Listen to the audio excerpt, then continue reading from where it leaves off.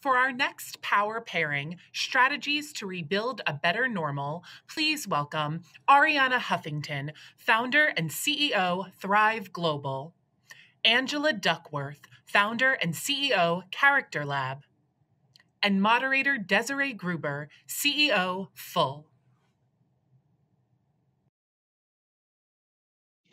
I am so excited to be here today with you two amazing women. Now, these are two women who've written books that have changed the landscape for a lot of executives across the board. Angela, Grit, The Power of Perseverance.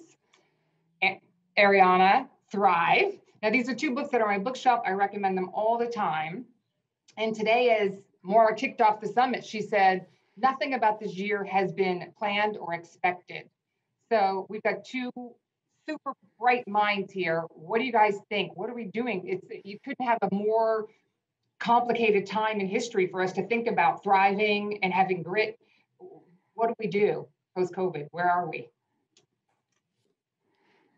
Arianna, I was going to say, let's make Arianna start. Yeah. You're mute. Well, first of all, let me just say it's wonderful to be here with you, Desiree, and with Angela, whose work I so admire and couldn't be more for these times. When she wrote Grit, I'm sure she didn't know that grit, or another word for it is resilience, is the most important quality we need right now. And I must say, sometimes people may think that grit and thriving are on opposite sides, that there is tension between them.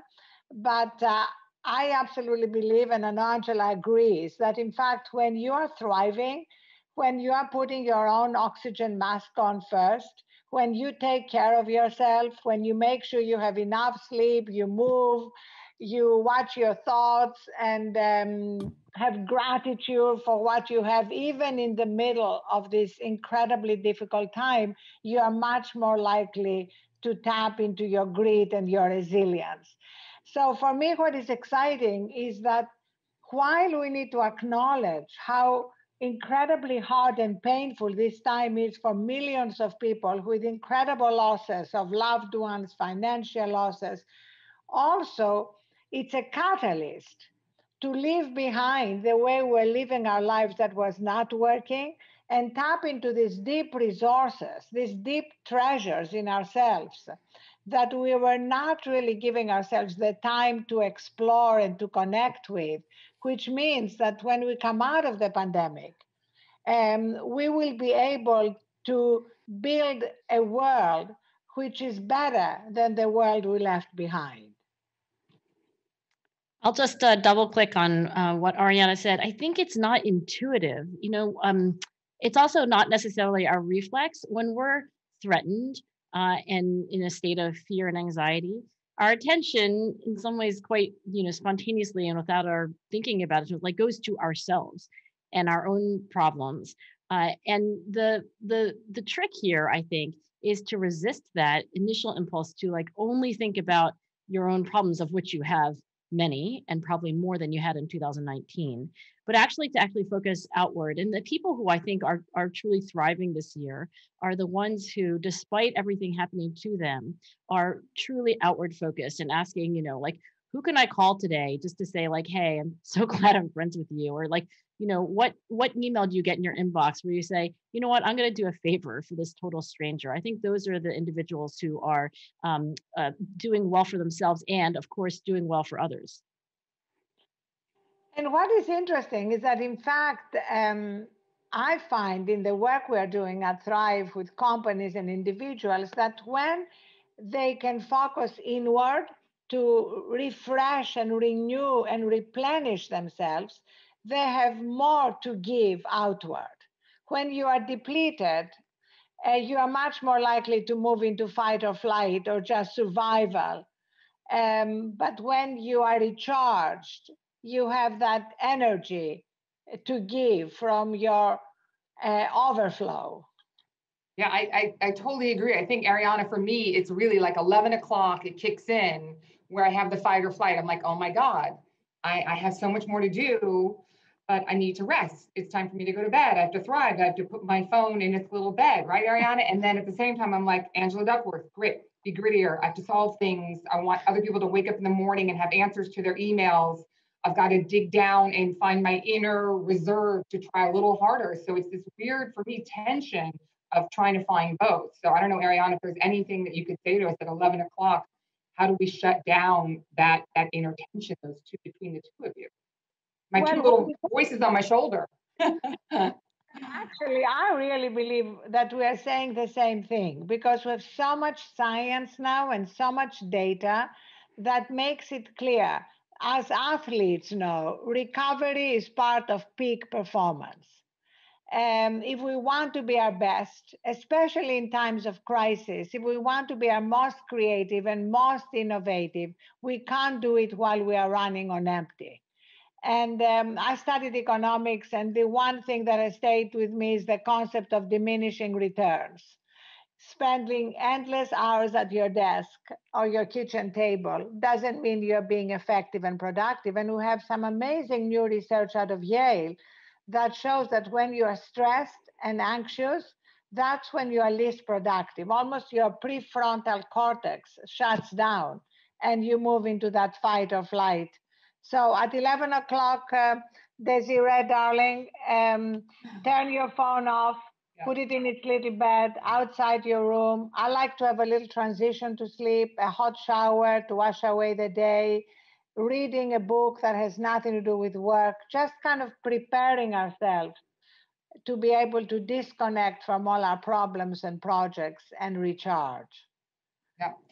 So Angela, that would lead me to you in thinking about, how do we find this inner resilience and grit when we're in that moment? We're like, okay, I'm taking a break, I'm recharging, but I know tomorrow I want to come back at it super strong. Is there a secret that you've discovered over the years in studying all these super athletes and high performers? When people even say the word passion, right? And I define grit as passion and perseverance for long-term goals. Just what comes to mind is intensity. Maybe what comes to mind is the mental image of somebody pulling their third all-nighter or like clenching their teeth. But actually, something that surprised me when I began to study high achievers is that it's not necessarily the intensity that's so remarkable about them.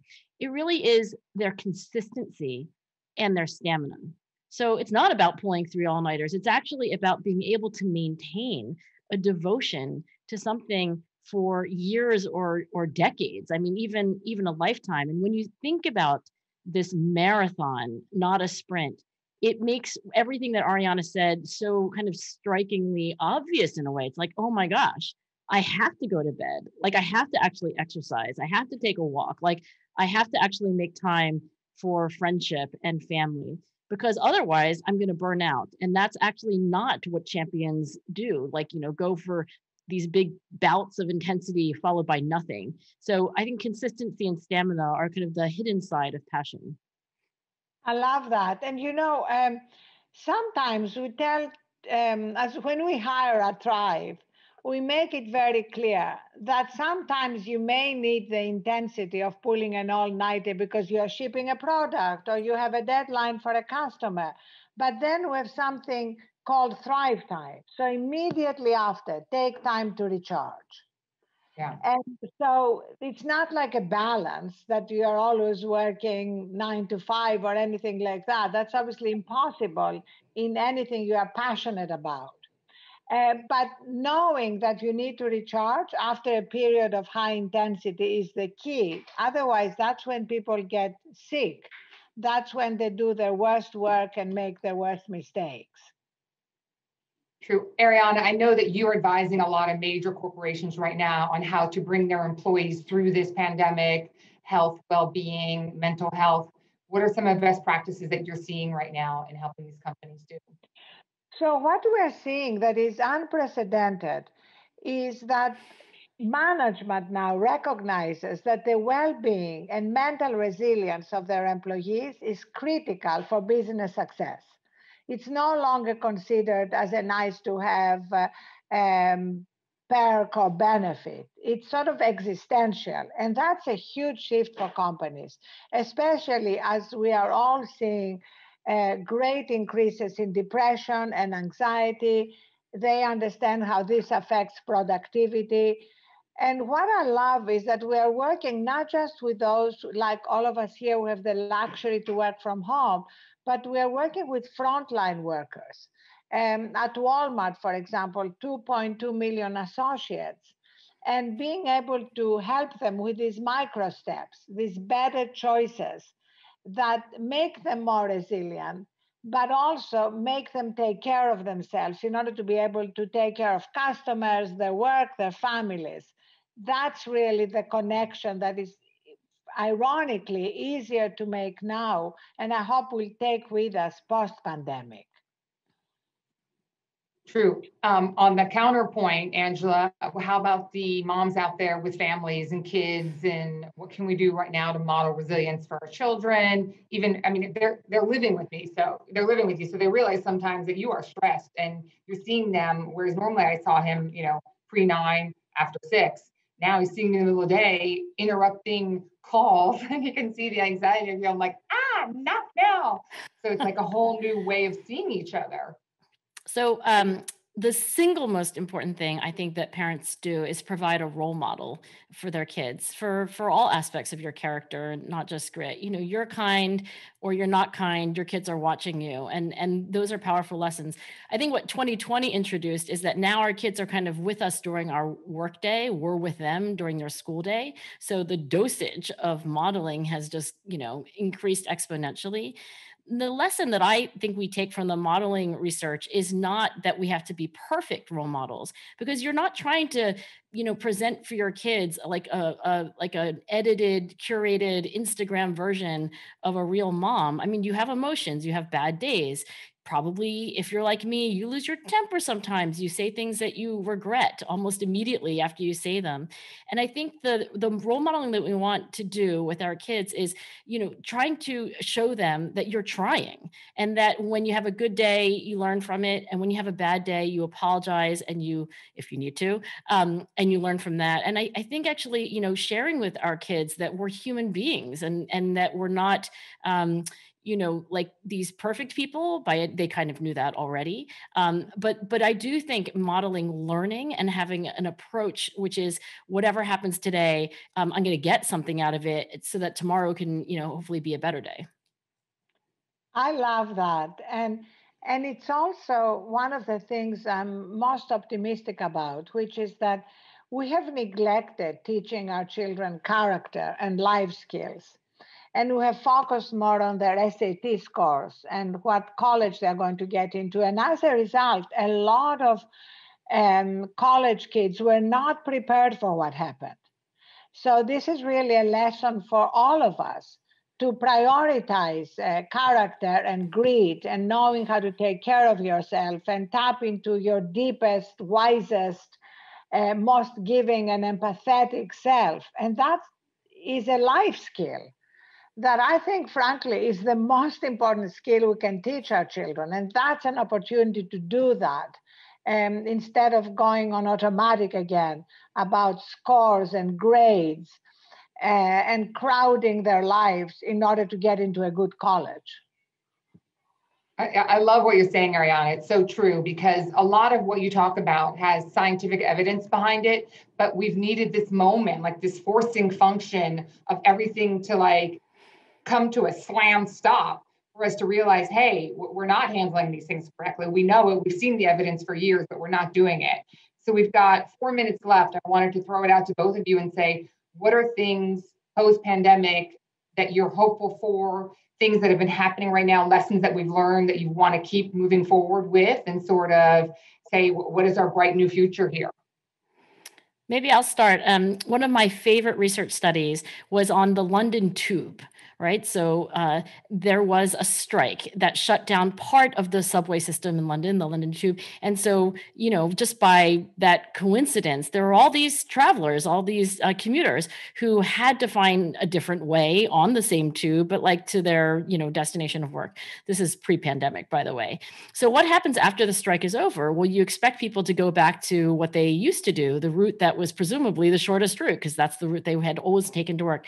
I think it was about 5% of London commuters actually had during that crisis found a better and more efficient way to get to where they were going. And I think it's a great metaphor for all of us. What did we have to do in 2020 that actually we discovered is better than what we were doing in 2019? And just one specific and kind of trivial example for me is that, to get my 10,000 steps in, I take a walk with my husband now right before dinner. And I never did that before. And it was never a daily ritual.